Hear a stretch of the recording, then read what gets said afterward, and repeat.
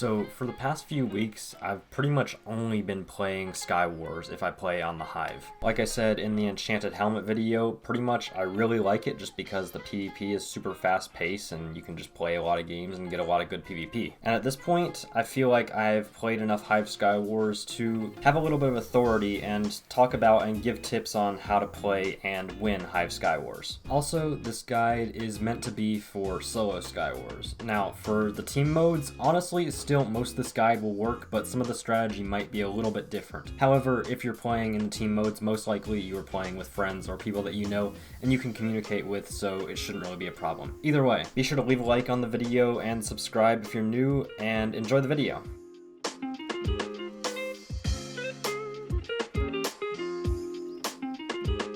Skywars is a Minecraft classic. It's battle royale, but you're in the sky. Now, being in the sky comes with its own set of challenges, such as the void below you, which can be used as an advantage, but it can also be a disadvantage to you, and you have to play around it. What I'm saying by this is don't fall in and make other people fall in. Use the void to your strengths. The most obvious way to hit someone in the void is to most definitely hit them while they're bridging or for some reason over the void, like snowballing them off or shooting them with a bow, or even just hitting them off while they're on a bridge. However, because quite a lot of Skywars players are decent at the game and have decent movement and PvP skills, hitting them off while they're on a bridge might not be the most effective way, especially since speed bridging is in the game, and speed bridging is fast and they can just get across the void pretty quickly without being that affected by snowballs and bows. I think the most effective way to hit people off the map is to combo them. Hive Skywars is kind of unique in the fact that you can get really good gear really quickly, and so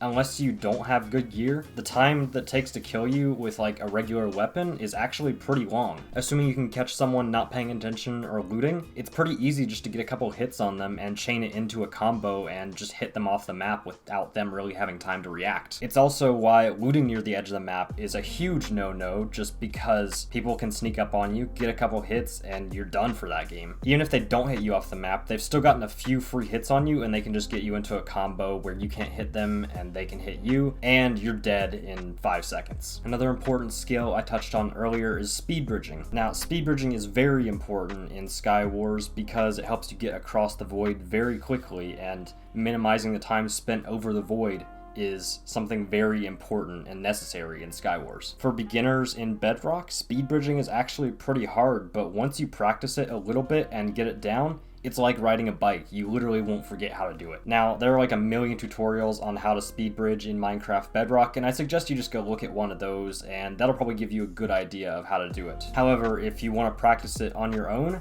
I would suggest going into just like a super flat world or something and literally just run and place blocks below you. Assuming you can do that and keep the blocks placing below you, you can do it while you're in the sky as well. It does the same exact thing. Alright, so let's talk about trapping. I'm sure that if you've played Skywars for more than an hour, you've probably gotten trapped at some point. Some people find it fun. Personally, I just find it annoying to play against, but it's a legitimate strategy that can win you games. Now, I'm not going to teach you how to trap because frankly, I'm really bad at it, but I will tell you guys a little bit about how to avoid traps and some signs that people are trapping. If you have a tracking compass, generally it'll point to the island, and if you don't see them on the island, chances are they're probably crouching in a corner underground on their island trying to trap. Also, if you're following someone and they're running and they try and lead you back to theirs or another island, chances are they're trapping, like in this footage right here where he tries to lead me back to his island. I obviously just kind of jumped over his trap since it was fairly obvious that by the way he was running, he was just trying to get me back to his island so he could trap me. Also, people that are trapping that don't have that much gear generally are trapping, and if there's running, it's fairly apparent, like I said, that they are trapping.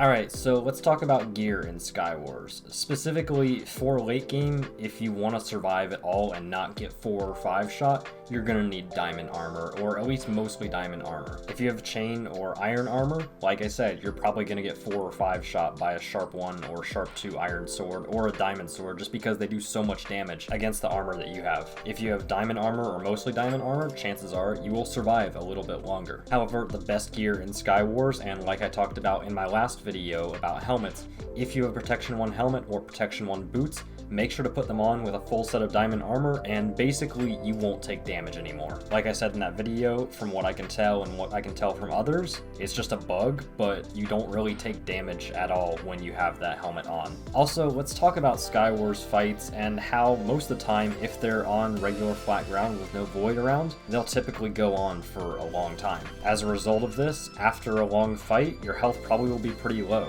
Now, to increase your chances of surviving and to make the fight go longer and have a better chance of winning, make sure you have the max amount of extra hearts available. Do this by mining redstone whenever you get the chance. One trick that a lot of people actually don't know about is if you have the max amount of redstone hearts and you haven't eaten a golden apple yet, gapple up and you'll actually get 2 extra hearts from the gapple on top of the already 5 extra hearts that you get from mining redstone, so you can have a total of 17 total hearts and you can literally just face tank damage. Another interesting tip, completely unrelated to all of this and I don't have footage of unfortunately, is the knockback Nemo specifically. It's the little like clownfish that you can get from mining emeralds. Either way, if people hit that with you, be sure to crouch and you actually won't get hit off the map. For whatever reason, I'm not sure if it's a bug or what, but it only does horizontal knockback. It doesn't knock you up into the air at all, it only knocks you backwards. And so as a result of this, if you want to stay alive while someone's hitting you with a knockback fish, just crouch and you'll be hit to the edge of the map, but you won't actually fall off. You'll just hit the edge barrier and then you'll be good if you get hit by the knockback Nemo. So I think that's going to about wrap up the tips for me. I will add that most of these tips and tricks can still be used on mobile and controller. Honestly, I've seen some really good controller and mobile players, and all of these tips can be used on pretty much all platforms. So that's all I've got to say. Thank you guys so much for watching. Once again, be sure to subscribe if you haven't already. Leave a like on the video if you enjoyed. Also, in the comments, tell me some tips that you think I forgot or some other useful tips that you think would be useful for other people to know in Skywars. And thank you guys for watching. I'll see you guys in the next video.